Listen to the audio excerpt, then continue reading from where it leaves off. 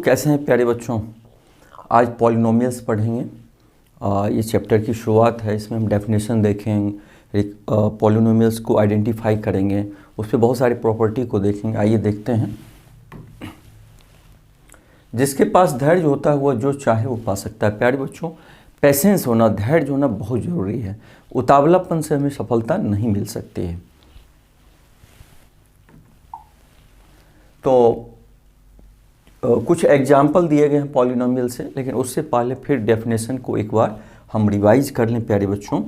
तो पॉलिनोमियल का जो फॉर्म होता है,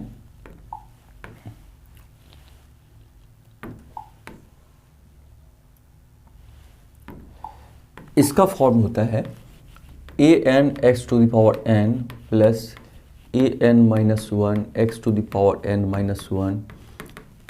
ये ऐसे जाता जाएगा, फिर लास्ट में a1x a0 is equal to 0 नहीं होगा, क्योंकि तब तो फिर इक्वेशन हो जाएगा। अब इसमें देखिए, जहाँ an माइनस 1 ये सब 0 के बराबर ना हो, और दूसरा है कि ये n हो होल नंबर। इसका मतलब क्या निकल रहा है कि मान लीजिए कहीं लिखा हो x पर पावर माइनस 4 प्लस x पर पावर माइनस 3 प्लस 3x, क्या ये पॉलिनोमियल होगा? नहीं होगा, क्योंकि ये पावर में माइनस आ गया, और माइनस क्या है? होल नंबर नहीं है। दूसरा देखिए, ये 1/x माइनस 1 है, तो ये तो नहीं होगा ना। क्यों नहीं होगा? क्या इस फॉर्म में है? क्या x टू दी पावर होना चाहिए, लेकिन x टू दी पावर तो कुछ है ही नहीं। ये 1/x माइनस 1 है। इसमें रूट एक्स है, रूट एक्स का मतलब होता है x का पावर हाफ, तो होल नंबर भी नहीं है, तो ये भी नहीं होगा। ये भी देखिए 1 दे दिया है, तो 1 हो गया, तो x पर पावर तो है नहीं, ये 1/x का पावर है। तो ये सारे पॉलिनोमियल नहीं होंगे। तो कुछ पॉलिनोमियल पे हम लोग सोचते हैं। जैसे यहाँ दिया है कि an, ये सब क्या है? ये कांस्टेंट है। ये सब क्या है? कांस्टेंट है। तो अगर मान लीजिए जैसे x पर पावर 5 प्लस 0 इंटू एक्स पर पावर 4 इंटू 3x, क्या पॉलिनोमियल होगा? आप कहोगे कि सर आपने बोला कि ये जो कॉफिशिएंट है कांस्टेंट 0 नहीं होना चाहिए।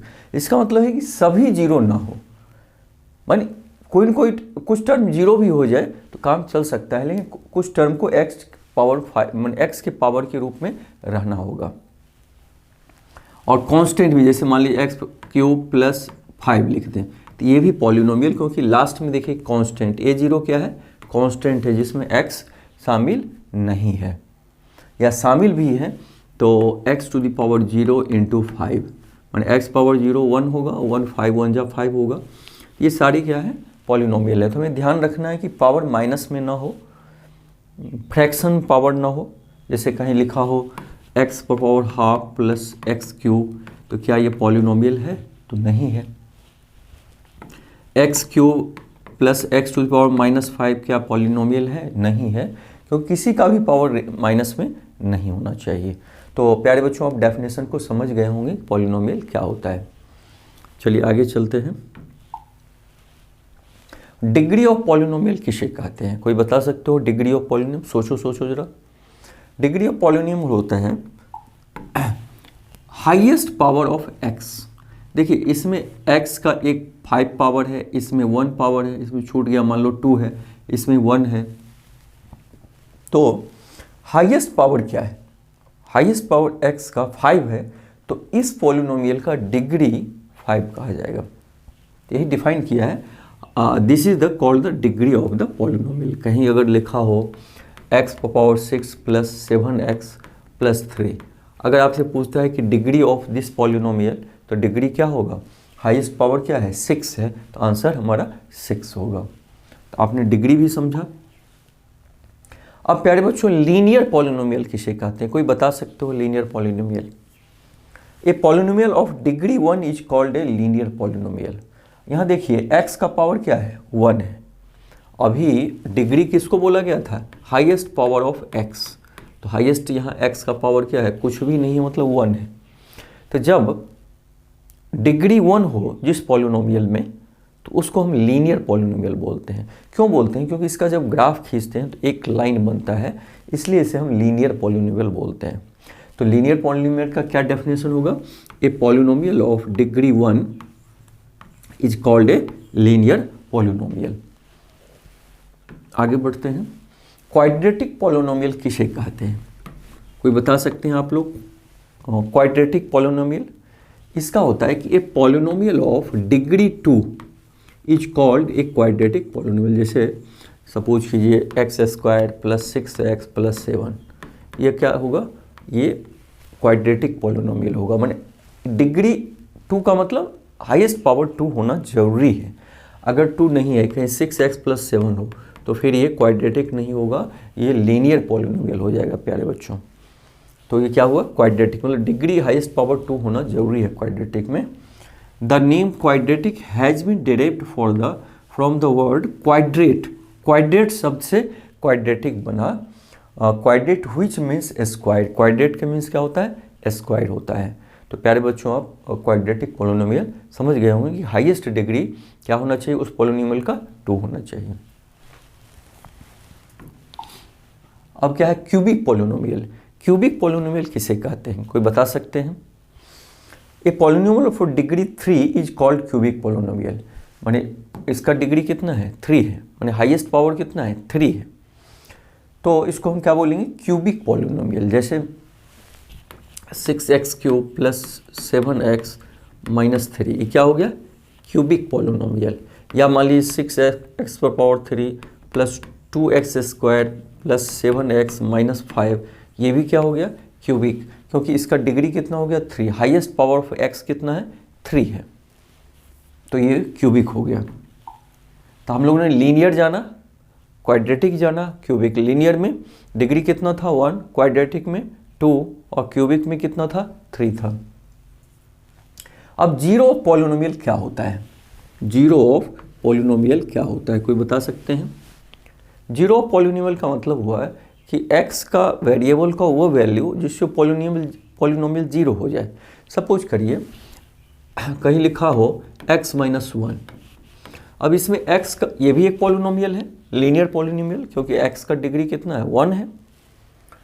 तो x का कितना हम वैल्यू रखें कि ये पूरा पॉलिनोमियल जीरो हो जाए? अगर x = 1 रखें तो ये इसका वैल्यू कितना हो जाएगा? 1 - 1 0। इसका मतलब 1 को हम बोलेंगे 1 is the zero of polynomial x - 1। माने इस पॉलिनोमियल का ये जीरो हो गया।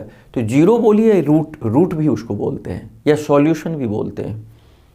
भाई इसको अगर सॉल्यूशन करेंगे, इक्वेशन निकाल के हम जीरो, तो x = 1, यानी x का वैल्यू कितना आया? 1 आया।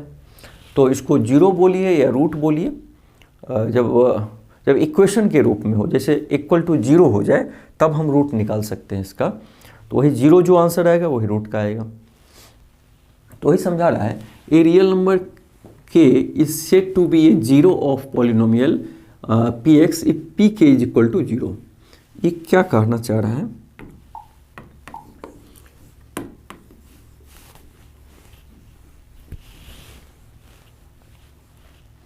जैसे कोई पॉलिनोमियल है, पॉलिनोमियल x वेरिएबल में इसका नाम हुआ, जैसे मान लो x 6x + 5, ठीक है। px से घबराना नहीं है, px का मतलब पॉलिनोमियल, x का मतलब x वेरिएबल में, ठीक है। अगर ये कह रहा है कि k रखने से, मान x का वैल्यू k रखने से ये अगर जीरो हो जाए, मान ये जीरो हो जाए, मैंने x की जगह k रखने से, अब ये भी हमने देखा था x - 1 = 0, तो x का वैल्यू 1 रखे थे, जीरो हो गया पूरा। तो अगर यही समझा रहा है कि अगर pk 0 हो जाए, दैट मीन्स k को हम क्या बोलेंगे? k को बोलेंगे जीरो ऑफ द, यानी x के उस वैल्यू के लिए ये पूरा जीरो हो गया, तो उसको क्या बोलेंगे? k को zero of the given polynomial, given polynomial. तो और दूसरे, या तो फिर जीरो निकालने का मेथड क्या बता रहा है? सपोज करिए एक पॉलिनोमियल है ax + b, इसमें एग्जाम्पल में समझाया है। जैसे हमने बताया था कि x माइनस 1 एक पॉलिनोमियल है, इसमें जीरो निकालना है। तो x minus 1 is equal to zero करिए तो x इज इक्वल टू 1। अब यही डालेंगे तो इसको जीरो कर देगा, तो 1 क्या है, इसका जीरो है। अगर मान लीजिए कहीं लिखा हो ax प्लस बी, इसका जीरो निकालना हो, क्या करेंगे, इज इक्वल टू जीरो करेंगे। ax is equal to minus B, x is equal to minus B upon a, तो यही इसका जीरो हो गया इस पॉलिनोमियल का। अब इसमें अगर हम x का value minus B upon a रखें तो जीरो कर देगा। रख के देखिए, a इंटू एक्स का value minus B upon a और plus B, a cancel, b b minus zero. तो इस तरीके से समझाया। तो माइनस बी अपॉन a क्या हुआ, माइनस बी कांस्टेंट टर्म है, इसमें x तो है नहीं, तो minus constant term upon a क्या है, x का कॉफिशिएंट है, कॉफिशिएंट ऑफ x। इसी को मैंने अगर लीनियर पॉलिनोमियल हो तो एक फॉर्मूला सा दे दिया कि जीरो निकालने का, minus constant term upon coefficient of x। जैसे कहीं लिखा हो 3x प्लस 5, ये पॉलिनोमियल का जीरो पूछ रहा है, तो माइनस लगा के कांस्टेंट टर्म अपॉन x का कॉफिशिएंट, सीधे उतना सोचने की जरूरत नहीं है, आंसर लिख दिए। या नहीं याद रहे तो 3x plus 5 is equal to जीरो, तो 3x is equal to minus 5, तो x is equal to minus 5 upon 3। इस तरह हम जीरो निकाल सकते हैं। मजा आ रहा है। चलिए, geometrical meaning of the zero of a polynomial. किसी पॉलिनोमियल का ज्योमेट्रिकल मीनिंग जीरो का मतलब क्या होता है। सपोज कीजिए, एक एग्जांपल से मैं बताता हूँ।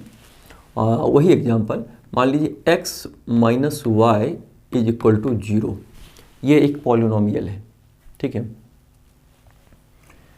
तो इसका जीरो कितना हो रहा है, 1 हो रहा है, इसका जीरो 1 हो रहा है। 1 का मतलब x का वैल्यू क्या हो रहा है, y 1। इस पूरे को अगर y मान लें तो x अगर हम 1 हमने रखा तो y क्या हो गया, 0। मैंने इस पूरे इक्वेशन को हम y मान लिया। x का वैल्यू अगर 1 रखेंगे तो ये 1 माइनस 1 जीरो, मैंने y 0 हो जाएगा। सपोज कि x का वैल्यू आपने 2 रखा तो y कितना हो जाएगा, 2 से 1 हो जाएगा। अब इसका अगर ग्राफ हम खींचते हैं 0 1 2 3 1 2 3, अब x 0 तो x 1 तो y 0, x 1 तो y 0, वो पॉइंट कहाँ होगा, y 0 है, इसका मतलब यहीं हो जाएगा ये पॉइंट। x 2 y 1 यहाँ। अब इस दोनों को मिला दीजिए, ठीक से, मतलब मान लीजिए इस पॉइंट पे कटा, तो किस पॉइंट पे काटा है, x क्या है वहाँ पे 1 और y 0, x 1 y 0। तो जिस पॉइंट पे काटा वहाँ x क्या है, x 1 है, y 0 है, हमें y ही तो 0 निकालना है कि x के किस वैल्यू के लिए y 0 होता है। तो वैसे मौखिक निकाल, इससे मैथमेटिकल निकाले तब भी 1 आया, और ग्राफिक अगर निकालेंगे तो देखेंगे कि x एक्सिस को कहाँ काटा है, तो वहाँ जो पॉइंट मिलेगा वहाँ y 0 रहता है, x एक्सिस पे कोई भी पॉइंट 0 रहता है, तो y को तो 0 ही करना है हमें, और वहाँ x का वैल्यू आ गया, x के किस वैल्यू के लिए y 0 हो रहा है, तो वही तो 0 होता है। तो ग्राफिकल में हम देखते हैं कि ये ग्राफ जहाँ काटता है, जहाँ काट रहा है जिस पॉइंट पे, तो सपोज करो वो काटा, किसी ग्राफ में काटा x 3 y 0, मानी जब भी x एक्सिस पे जो काट रहा है इसका मतलब उसका 0 क्या होगा, 3, क्योंकि उसके x के 0 रखने से y, x के 3 रखने से y 0 हो जा रहा है। तो ग्राफिकल रिप्रेजेंटेशन का मतलब हुआ, ज्योमेट्रिकल मीनिंग का मतलब x एक्सिस को जिस पॉइंट पे काटा तो x जो होगा वही उसका 0 हो जाएगा। जैसे इसी ग्राफ में क्या किया, इसमें ये इक्वेशन है, यहाँ x माइनस 2 तो y माइनस 1 निकल जाएगा, x अगर 0 रखें तो y इज इक्वल टू 3। इसमें एक ग्राफ खींचा, यहाँ काटा कहाँ पे, इस पॉइंट y 0 है और ये पॉइंट माइनस 3/2 है x का, तो इसका मतलब x के माइनस 3/2 रखने से ये पूरा y 0 हो जाएगा। आप रख के देखिए,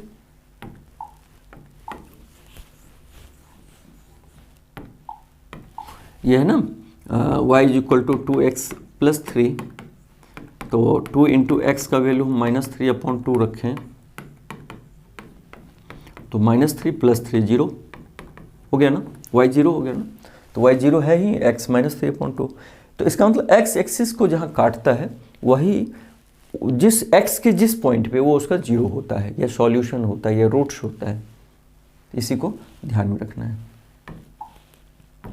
ठीक है, तो फिर अगले पार्ट में मिलेंगे प्यारे बच्चों। पॉलिनोमियल कैसा लगा तो इसका रिवीजन एक्सरसाइज ज़रूर कीजिएगा। फिर मिलते हैं। Thank you.